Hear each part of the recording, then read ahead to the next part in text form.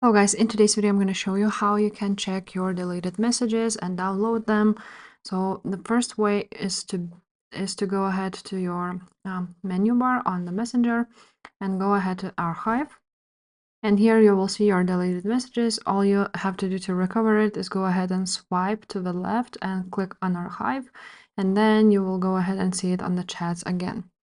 Now, if you want to go ahead and download all of your messages from all those years, and then you go ahead again to the menu bar, to the settings gear, and scroll down until you see Meta Account Center and see more.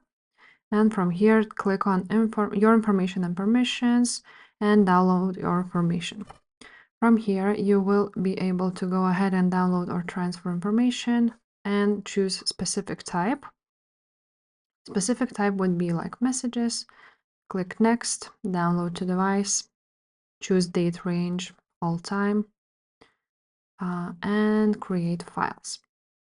After that, it will start downloading. It may take some time to download, but basically, as you can see, I have already downloaded one of my files. So to download it, you're gonna click download, and you will be able to have it on your phone. So if this video was helpful, please leave a like, subscribe to this channel, and I will see you next time. Bye.